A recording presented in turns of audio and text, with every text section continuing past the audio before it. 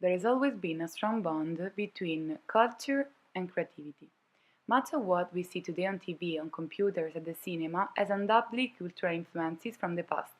Many techniques used by writers, poets, and artists are now applied to more modern works. One of the greatest writers of all the time is James Joyce, who, with his works, has managed to change the idea of a novel, giving literature a new life.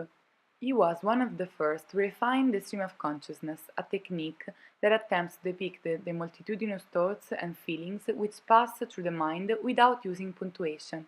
In fact, his masterpieces are an interrupted stream of thought, where past, present, and future overlap. In reading any Joyce novel, we can notice how much the seventh art is latent. Joyce's passion for cinema has led him to use various film effects in his works.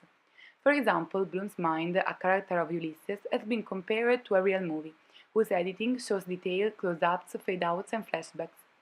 Cinema played a vital role in Ulysses, especially in the chapter Circe, with its deformations of time, space, bodies, and identities. Joyce had a sense of the great potential of this new medium, and he took inspiration from cinema's capacity to absorb other art forms, both ancient and contemporary, from painting to mime, from montage to music. Just like his works, the first films gave little importance to the plot, which was often predictable and insignificant, focusing more on the psychological aspect and the mental processes of the characters.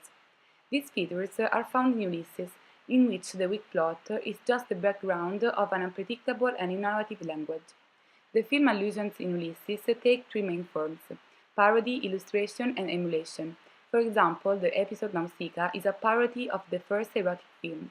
In the hallucinatory world of Circe, instead, he uses techniques and special effects that were used in trick films, while in Wandering Rocks he emulates actuality films of the beginning of the 20th century. However, the very first inspiration for Joyce comes from Georges Méliès's films. Méliès was a French illusionist and film director who led many technical and narrative developments in the earliest days of cinema.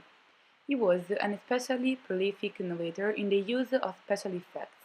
He is considered one of the most important inventors of early science fiction films and fantasy films. From Méliès, Joyce adopts the idea of hallucination. In fact, in his films, everything is magic, nothing is what it seems. The same thing happens in Circe. This chapter is in the form of a script. Here, the plot is often interrupted by Stephen and Bloom's hallucinations that are manifestations of fears and passion that the two characters share. In Circe episode, Leopold and Stephen are at Bella Cohen brothel. In this episode, objects turn into people, men become women, and everything could disappear at any moment. Stephen hallucinates that the decomposing corpse of his mother is raising from the floor. Even Bloom has an hallucination about his deceased son, Rudy. Ghosts, in fact, are given a special status in Ulysses. They share the same narrative space as living characters and threaten at times to overwhelm and subdue them. They retain their power to affright or dismay the living, while remaining powerless. This is particularly true of the spectre of Stephen's mother, who is the novel's most powerful figure of spiritual death. Counterpoint to Stephen's ghoulish confrontation with the ghost of his mother is Bloom's unexpected and poignant glimpse of his dead son Rudy, that materializes against a dark wall, like a cinematic ghost. When he looks up from his book, he gazes into Bloom's eyes without seeing them in the same way a character in a film may look into the camera, never actually seeing what or who is there. Many of these special ghost effects were learned from the stage magic of theater and from the haunted pages of Gothic literature and folk tales. Joyce was also inspired by the performances of the famous quick change artist Leopoldo Fregoli. The Circe episode is rich with sudden costume changes. Bloom changes clothes half a dozen times. He impersonates several figures, roles and characters, from husband to lover, from sadomasochist to emperor. Joyce's genius is not confined to its radical period. Its artistic literary heritage has been repeatedly emulated and reworked. Trying to adapt his literary work to the screen is not an easy task. The first to accept the challenge was Joseph Strick, that adapted the Ulysses. The script is faithful to the book and contains whole passages from it, as Molly Bloom's famous conclusive monologue. For these reasons, Strick is one of the few directors who managed to reproduce on screen the stream of consciousness. Other adaptations are Nora, directed by Pat Murphy, and The Dead, directed by John Huston. Joyce's writings offer a verbal demonstration of how movie techniques can be applied to a novel. Many directors were inspired by Joyce's works in writing their screenplays. We can focus on two films, American Beauty by Sam Mendes and The Departed by Martin Scorsese.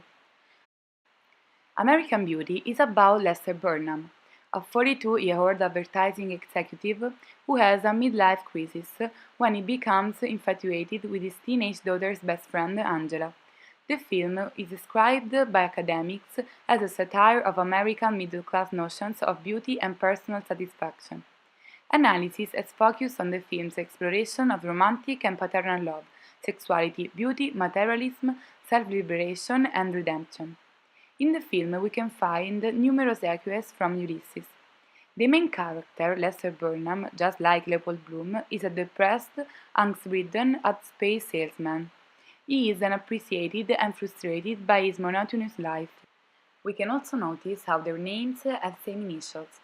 A convincing analysis of American Beauty and its correspondences with Ulysses was written by Susan Brown. She points out that the middle-aged, middle-class Lester Burnham's masturbation while bathing is simulated by the sight of a young girl, whom he associated with flowers. As noted in Ulysses, Bloom, who also contemplates masturbation in a bath, uses the alias Every Flower.